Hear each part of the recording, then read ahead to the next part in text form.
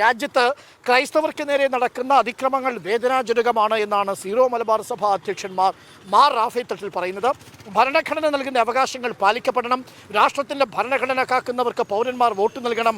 വന്യമൃഗങ്ങൾക്ക് മനുഷ്യനേക്കാൾ സംരക്ഷണം നൽകുന്നത് ശരിയല്ലെന്നും കാലഘട്ടത്തിന് അനുയോജ്യമായ നിയമ ഭേദഗതികൾ കൊണ്ടുവരണമെന്നും ബിഷപ്പ് കോട്ടയത്ത് പറഞ്ഞു. ബിഷപ്പ് പറഞ്ഞത് നമുക്കൊന്ന് കേട്ടുവരാം. പലപ്പോഴും നടക്കുന്ന ആക്രമണങ്ങൾ വേദനാജനകമാണ്. നമ്മുടെ ഭാഗത്തുനിന്ന് പാലിക്കേണ്ട ഒരു സംയമനവും ഗവൺമെൻറ് നൽകേണ്ട ഒരു സംരക്ഷണവും ഇത് രണ്ടും കൂടെ ചേർന്നാൽ എല്ലാം ഭംഗിയായിട്ട് പോകുമെന്നാണ് എൻ്റെ എല്ലാവരും വോട്ട് ചെയ്യാൻ പറയും. ഞാൻ നമ്മുടെ രാഷ്ട്രത്തിൻ്റെ ഭരണഘടന കാക്കുന്ന ആളുകൾ തിരഞ്ഞെടുക്കപ്പെടണമെന്ന്. മനുഷ്യർക്ക് കൊടുക്കുന്നതിനേക്കാൾ സംരക്ഷണം വന്യമൃഗങ്ങൾക്ക് കൊടുക്കുന്നത് എനിക്ക് തോന്നുന്ന സുബോധമില്ലായ്മയായിട്ടാണ് എനിക്ക് തോന്നുന്നത്. കാലഘട്ടത്തിന് അനുയോജ്യമായിട്ടുള്ള നിയമ ഭേദഗതികൾ വരുത്താനായിട്ട് നമ്മൾ പരിശ്രമിക്കണമെന്നാണ് പറയാനുള്ളത്.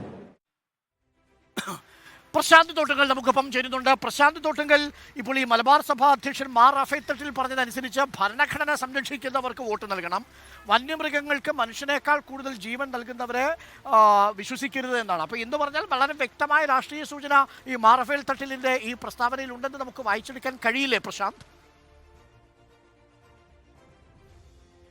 കൃത്യമായും ഡോക്ടർ അരുൺ, അതായത് രാജ്യത്ത് ന്യൂനപക്ഷ അവകാശങ്ങൾ നിഷേധിക്കുന്നതിനൊപ്പം തന്നെ ക്രൈസ്തവർക്കും ക്രൈസ്തവ സ്ഥാപനങ്ങൾക്കുമെതിരെ വലിയ തരത്തിലുള്ള അതിക്രമങ്ങൾ നടക്കുകയാണ്. 2014 147 അക്രമങ്ങളാണ് റിപ്പോർട്ട് ചെയ്തതെങ്കിൽ 2023 എത്തുമ്പോൾ അത് 687 ആയിരിക്കുന്നു. ഇത്തരത്തിൽ രാജ്യത്ത് ക്രൈസ്തവർക്ക് നേരെ നടക്കുന്ന അതിക്രമങ്ങളുടെ വിശദാംശങ്ങളെല്ലാം തന്നെ തങ്ങൾ ശേഖരിക്കുന്നുണ്ട്. ഈ ഒരു പശ്ചാത്തലത്തിൽ ഈ അതിക്രമങ്ങളെല്ലാം തന്നെ വളരെ വേദനാജനകം എന്നാണ് സീറോ മലബാർ സഭയുടെ അധ്യക്ഷൻ ഇതുമായി ബന്ധപ്പെട്ട് വിശദീകരിച്ചത്, അല്ലെങ്കിൽ പറഞ്ഞത്. മാത്രവുമല്ല, ഇത്തരത്തിലുള്ള ഒരു വിഷയം നടക്കുമ്പോൾ പ്രത്യേകിച്ച് സ്വീകരിക്കേണ്ട സമീപനവും ഒപ്പം സർക്കാരുമായി ബന്ധപ്പെട്ട് പല ഘട്ടങ്ങളിലും തന്നെ കേന്ദ്ര സർക്കാരുമായി ബന്ധപ്പെട്ട് പ്രധാനമന്ത്രിയുമായിട്ടുള്ള കൂടിക്കാഴ്ചയിലും തന്നെ ഇക്കാര്യങ്ങൾ അവതരിപ്പിച്ചിരുന്നു. എന്നാൽ ഈ ഘട്ടത്തിലെല്ലാം തന്നെ സത്വര നടപടികൾ സ്വീകരിക്കാമെന്ന് തന്നെയാണ് പറഞ്ഞിരിക്കുന്നത്. എന്തായാലും ഒരു സംയമനവും സർക്കാരിൻ്റെ ഭാഗത്തു നിന്നുള്ള ഒരു സംരക്ഷണവും കൂടി ഉണ്ടായാൽ മാത്രമേ ഈ പ്രശ്നങ്ങൾ ഭംഗിയായി പരിഹരിക്കാൻ സാധിക്കുകയുള്ളൂ. അതേസമയം രാജ്യത്ത് തെരഞ്ഞെടുപ്പ് അടക്കമുള്ള ഒരു ഘട്ടം എത്തിയിരിക്കുകയാണ്.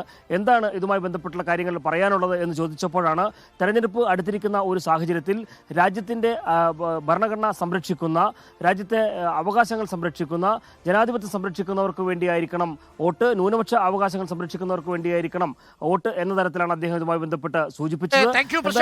എന്തായാലും അതിൽ ചില രാഷ്ട്രീയ സൂചനകളുണ്ട് എന്ന് ഇത് കേൾക്കുന്ന ആർക്കും മനസ്സിലാവും. ഭരണഘടന സംരക്ഷിക്കുന്നവർക്ക് വോട്ട് നൽകുക, വന്യമൃഗങ്ങൾക്ക് മനുഷ്യരെക്കാൾ കൂടുതൽ പ്രാധാന്യം കൊടുക്കുന്നവർ അവരെയും ഒന്ന് സൂക്ഷിക്കണം എന്നൊക്കെ പറയുമ്പോൾ സ്വാഭാവികമായും അതിൽ ചില സൂചനകളുണ്ട്.